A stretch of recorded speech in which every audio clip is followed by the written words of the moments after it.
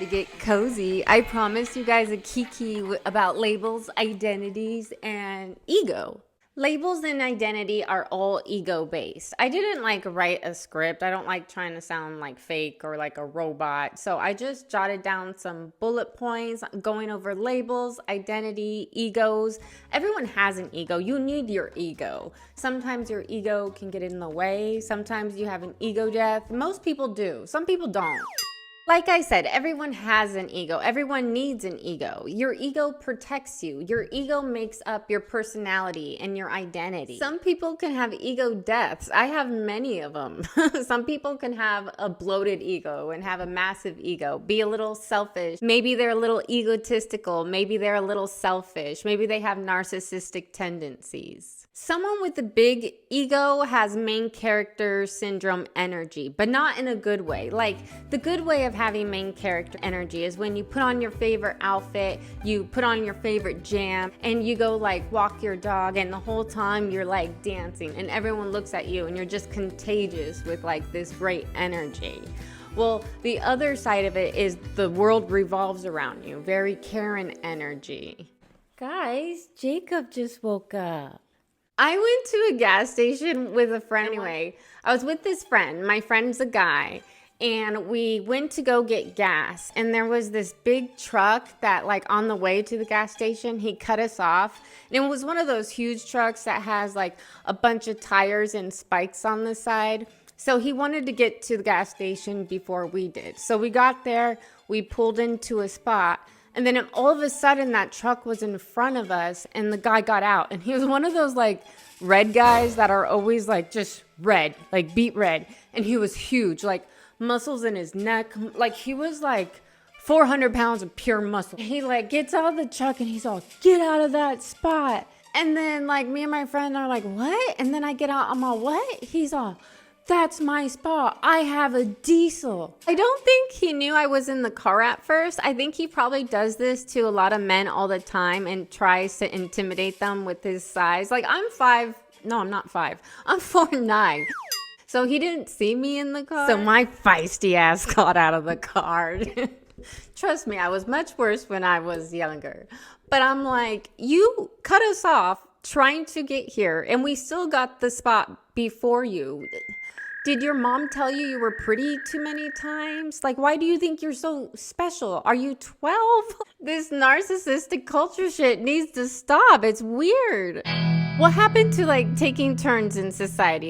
You wait in line. All right, so your ego is going to make up your personality, your identity, but your ego is also your inner child. I'll explain how your ego helps. I wrote down a scenario that I had when I was younger in my early 20s. Okay, so let's say you've been drinking with your friends one summer and you're on a boat and you're getting loose. You can't walk that straight, but you're not walking, you're swimming.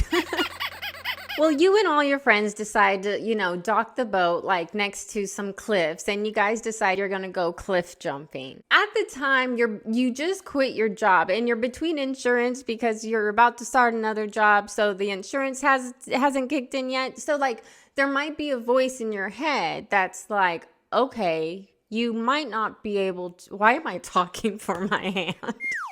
So there's this little voice in your head that's saying, hey, maybe it's not a good idea to jump while you're this intoxicated because you don't have insurance right now. That's your ego in fight or flight mode, trying to protect you from getting injured. Unfortunately, I didn't listen to that voice, and I always jumped, and everyone always told me to stop because my legs aren't long enough to jump far. But in that scenario, and scenarios like it, I could have gotten injured many times. Your ego is there to jump in to let you know when, hey, maybe you should calm down. Now let's discuss a different scenario. Let's say you've been working at this company for a long time and you've been wanting to move up in the company, and all of a sudden an email goes out for a position you've been wanting that's going to have maybe a better salary. The hours are, might be different, but here's your opportunity, to take the leap and try to move up in the company. Interesting enough, your ego then might jump in and say, no, you're not qualified enough. There's other people probably more qualified, and you don't want these hours. These hours aren't going to work for us, because your body can feel that your blood is pumping because you're kind of nervous, you're kind of excited, and it's in fight or flight trying to protect you from rejection. So in a situation like that, your ego's working against you. Next up, I want to talk about how your ego has to do with labels and identity. First of all, I just want to put out there, I know that labels and identity are extremely important, even for me, but it's especially important for our youth. When you're young, you're still trying to find yourself. When I was in school, it was kind of hard for me because I'm mixed and one of my parents are adopted. So I didn't know my background, and kids at school could be really mean. You're not enough of this race. You're not enough of this race. I never knew where I really fit in, and I wanted to know, what race I was. And my parents just laughed and said, it's not important. But now they're the one taking that 23andMe, and I don't care. My race means nothing to me. But for someone else, their race might be extremely important to them. I mean, between you and me, there's assholes in every race, and there's great people in every race. What's more important is how you treat everybody. Did anyone look at the eclipse without anything? Yeah. My eyes, I'm seeing, I did it. I was just trying to take a video.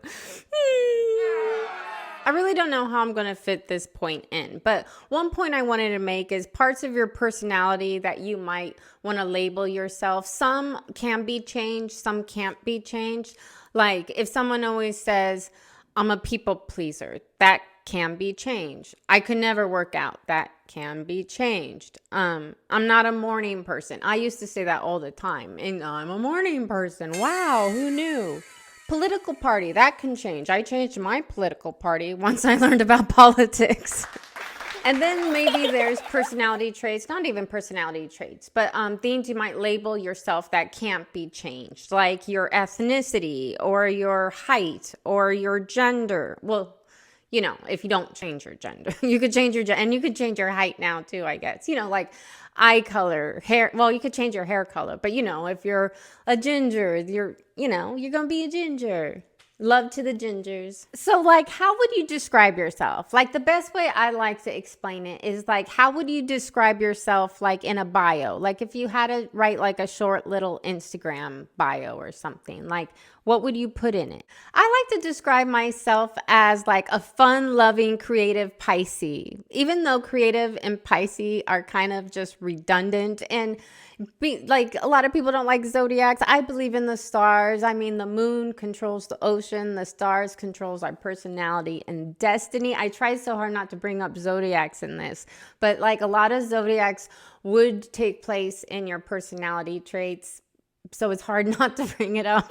If you like zodiacs, I do have a fun zodiac video idea coming up soon that I'm excited for. It's going to be more fun, not so much like we're in class. But everything I listed about myself, fun-loving, creative, Pisces, all those descriptions and all those labels I said, they're still ego-based. It just, you just describe yourself what's more important to you. I could have described myself as a short, mixed, female, and used other words, but my gender doesn't matter in my scenario. My race doesn't matter. My height, I do bring up my height all the time. So that is an ego thing. But I mean, that makes it you can't miss me. Well, you could if you didn't look down.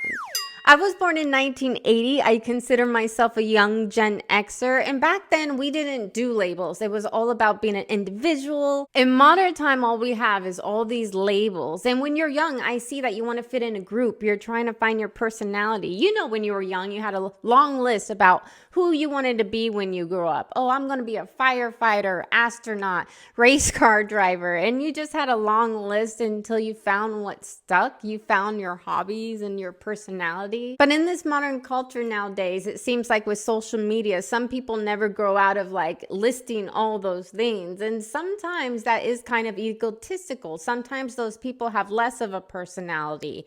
And a lot of these people without personalities or interests or hobbies, they try to mimic others they see and try to take other people's personalities. And that's where you get the followers and the basic bees and all those. Almost like they never found what they like. They never found their interest. interest and personalities. They never found their hobbies. They're just like following everyone else. Like they only peaked in high school and now they don't know what they're doing. They're just kind of like scrolling on Facebook. And sometimes with this, they have no like beliefs or direction because they're just following. And if you don't stand for nothing, like you'll fall for everything. Everything on Facebook you read, you're just going to fall for it. And these people usually have the most in their bio. It usually says something like Colorado soccer wife and boy mom, like Starbies gang, dachshund lover. Like they just like everything they try to fit in the bio. And then she, her, hers, like in the bio. Like they have it all. And you know, usually when people see those people, they're like, they're probably a little egotistical. They probably get triggered a lot. Everyone's like, stay away from her. She's crazy. And it's not like trying to be rude or anything. We just know through the years how these people are. The more labels you have, the bigger the ego you have, the more triggers you have, the more uncomfortable you make people feel. And triggers are your mind's special little gift that sends you a little alert, letting you know you have something to work on mentally. And it lets you know, hey, you have a little issue. Because mental illness isn't always your fault, but it is your responsibility to take care of. And if only the labels you could come up for yourself is your race and your gender, maybe you should, find some more interests, more hobbies. We're all creative beings. Do you like fishing? Do you like writing? Do you like music? Do you like editing? Do you like art? Do you like video games? Do you like board games? Like, what do you like to do? Traveling. There's so much stuff. You can have a new personality every day. You can change your personality every day. You can. You can build a new bitch every day. I'm a new bitch. Let's try this one on for size. I've had so many errors. One of my biggest errors was like I was a rocker chick. And I went to all the shows and I smoked cigarettes and I drank beer, and people that smoke weed were stupid. Nowadays, if I have one sip, I will have a hangover, and I'm 420 friendly. I used to work at a dispensary. I'm all hibbity dibbity now. I exercise. I count my calories. I eat right. I go to farmers markets. I garden. I hike. I wake up early. I'm political. So this change didn't come overnight. I had to decide to quit drinking. I had to decide to quit smoking. I had to decide to start meditating and working out. And when you make these drastic changes and evolution, it is hard to go through those changes. And you have what's called an ego death. And that personality you had before, I'm still going through it. I'm in my workout phase. I've been working out for the past year, but I would never wanted to be one of those girls in like workout gear. I don't like the whole like leggings. I mean, if I was back in the 80s, I like when like, where's the Jane Fonda? And remember the Olivia Newton-John video? Let's get physical. I couldn't wait to wear those workout outfits like Barbie with the leg warmers and the string up my butt. Like I was a kid and I was in dance and stuff. And I'm like, ooh, I can't wait till I'm old. But like looking back now, I wouldn't wear that up my butt now. Any hooser, when you make a big change of your personality and get rid of another personality, you really have to make it your personality. You have to say, I guess now I'm a workout person. And now this part of me is dead. And it's hard to do that. And it is an ego death. And you do get a little depressed.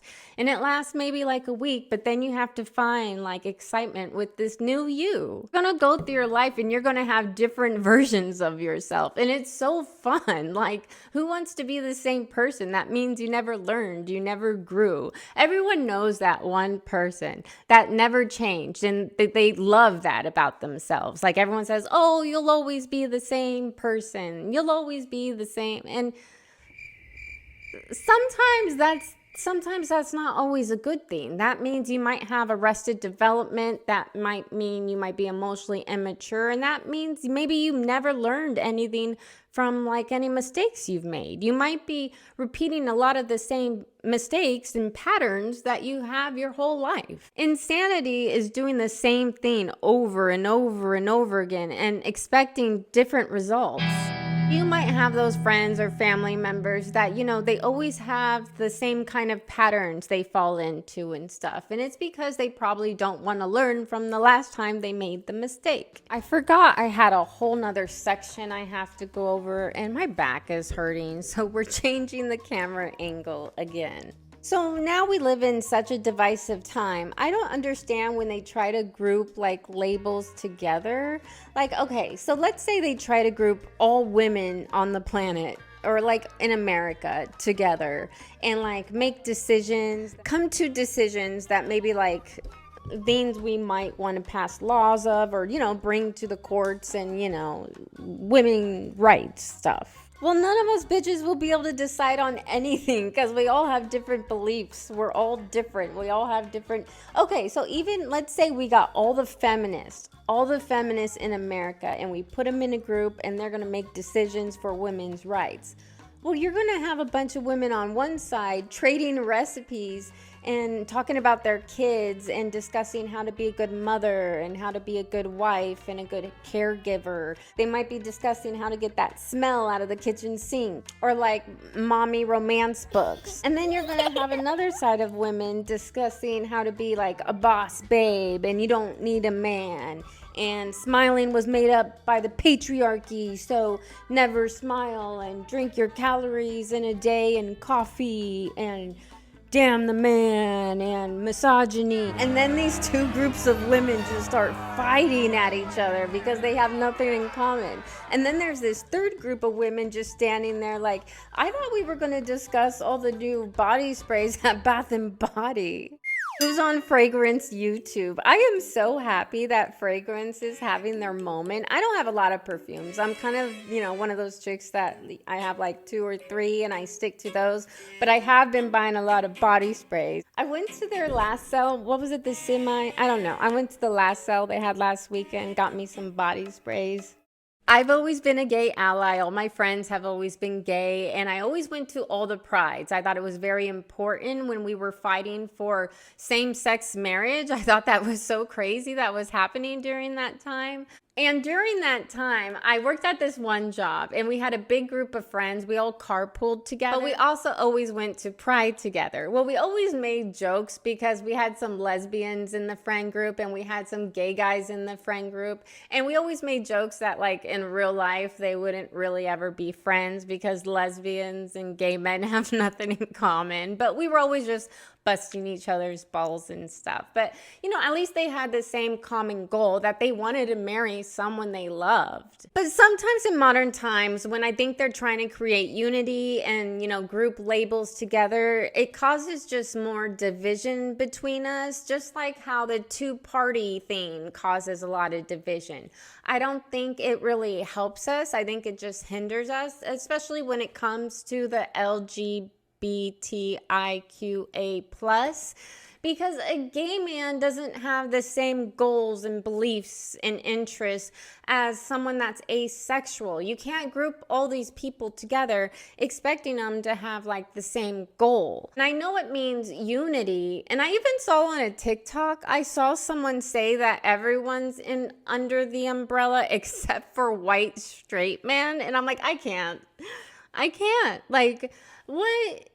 I don't know. I think it almost cripples them when you put them all under one umbrella. Like they're not going to have that much of a voice for each individual, label. Like, I don't know. I just feel like if they had their own groups, which I'm sure they have their own groups they can go into, but maybe their voices could be heard of, what changes they want to be made or what goals and, what common goals they have for the future. I don't know. I just think it's really wacky that you throw everyone together and expect everyone to have the same common goal. I don't know. I just think it's kind of lazy to group them all together. But yeah, that's all I got for today. I keep poo-bearing it. But yeah, just remember that ego deaths are friend, not foe. And if you like this one, please give it a big thumbs up. Subscribe if you're not already. And I'll see you in the next one.